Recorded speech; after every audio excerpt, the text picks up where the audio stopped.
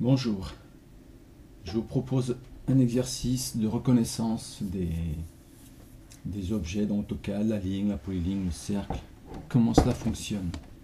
Je commence par la ligne, donc il y a l'icône ici en haut à gauche. Donc, comme vous le voyez, donc personnellement j'utilise la commande L, je ne m'amuse pas à chercher des icônes, L, je valide avec la barre d'espacement, je pars du point 0,0 si je veux, et une fois qu'on est là, il nous suffit de cliquer. Si vous ne mettez pas de longueur, il nous indique automatiquement la cote. Je valide avec la barre d'espacement et la ligne se termine. Il faut automatiquement valider dès l'instant où vous avez fini. Comme je viens d'utiliser la ligne, donc si je veux la réutiliser, je n'ai pas besoin de retourner sur l'icône ligne. Il suffit de la rappeler avec la barre d'espacement. Je clique, voilà. Et si je clique encore une seconde fois, il revient sur le dernier point où il était.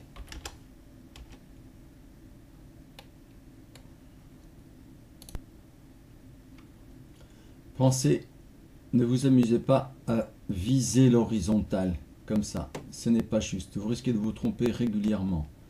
Donc appuyez sur le raccourci du clavier, donc le F8, ou alors ici en bas vous voyez ortho mode orthogonal, F8, j'appuie sur, je clique donc, ou j'appuie sur le clavier, et vous êtes sûr d'être horizontal. Vous voulez aller verticalement, vous vous déplacez comme ça. Allez, je clique là, allez, 294, je vais mettre 200.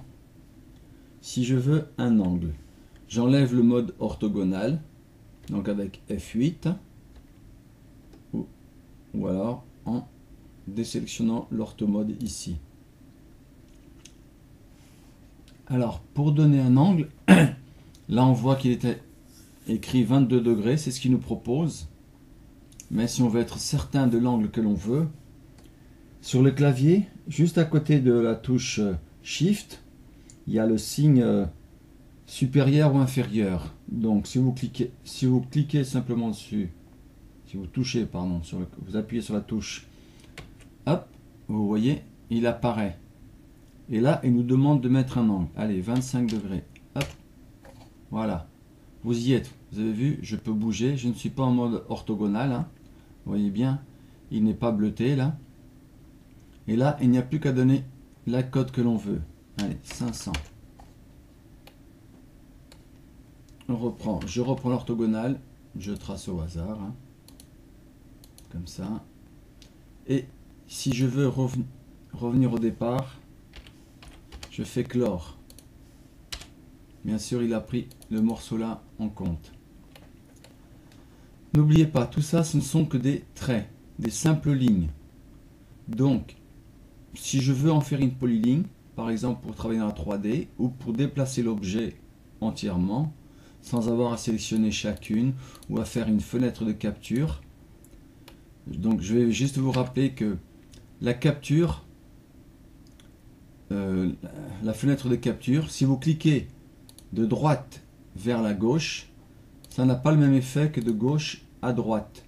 Vous voyez ici, je vais zoomer un peu, je me déplace, je reprends un peu plus bas, vous voyez, il nous montre là les lignes qui sont sélectionnées, c'est celles qui sont en gras ou doublées.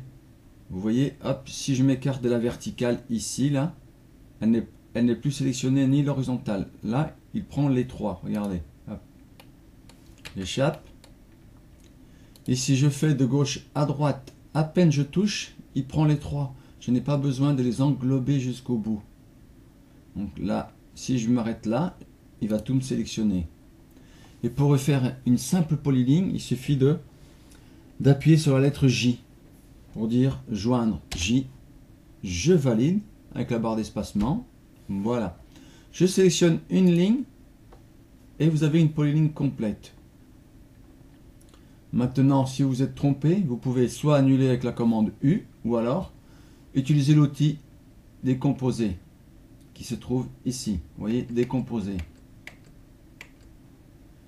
Donc le raccourci c'est DE, décompose, je valide et je n'ai plus que mes lignes. Alors il y a une autre façon de faire une polyligne, c'est d'utiliser la commande polyligne edit. Donc c'est-à-dire PE, je vous montre ça, je valide. Là il me demande si on veut la transformer. Donc par défaut il propose oui, donc je valide. Je n'ai pas besoin de l'écrire, je valide avec la barre d'espacement. Et maintenant je fais joindre, J, je valide et j'écris tout ou je sélectionne tout. Je valide, terminé. Regardez, on a une belle polyligne. On a la possibilité de rajouter des points. En vous plaçant sur les points d'accrochage, vous voyez, on peut le convertir en arc ou ajouter un sommet. Je vais commencer par ajouter un sommet là. Ça veut dire que je peux cliquer un autre point ici, que je pourrais étirer. Où je veux. Je en rajoute un deuxième, ajouter un sommet, et je vais dire que je vais le mettre en X de ce point là, ici, et en Y du 0 là.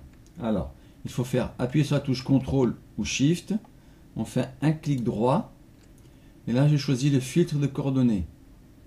Je commence par le X, je veux qu'il vienne à cette longueur-ci, donc je clique sur le point, vous voyez, elle y est déjà, et maintenant il nous demande le Y. Donc je pourrais choisir ce point là, je pourrais choisir le milieu, là, voilà, par exemple, vous voyez, je recommence, en X de ce point là, et en Y de celui-ci. Donc nullement besoin de calculer les distances, de chercher, de faire des tracés. Donc toujours dans cette possibilité, en vous plaçant, vous avez convertir en arc. Comme ça. Donc il suffit de lui donner tout simplement un angle. Hein. Allez, 150. Vous voyez, c'est transformé. Ça, ce sont les lignes. Je vais cliquer au hasard, là, des lignes. J'enlève, hop, hop, comme ça. C'est juste pour passer à la commande ajuster. Commande ajuster. Je vais agrandir ce texte en utilisant l'outil échelle. Hop, 10.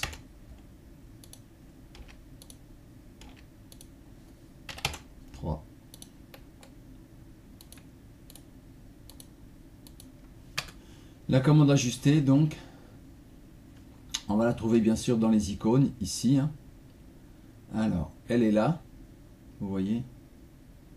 Donc, personnellement, j'utilise le raccourci AJ. Vous voyez.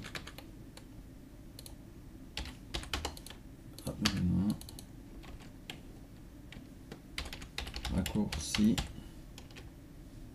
égale AJ. En lettres capitales ou en lettres minuscules, aucune importance. Donc AJ, je valide avec la barre d'espacement.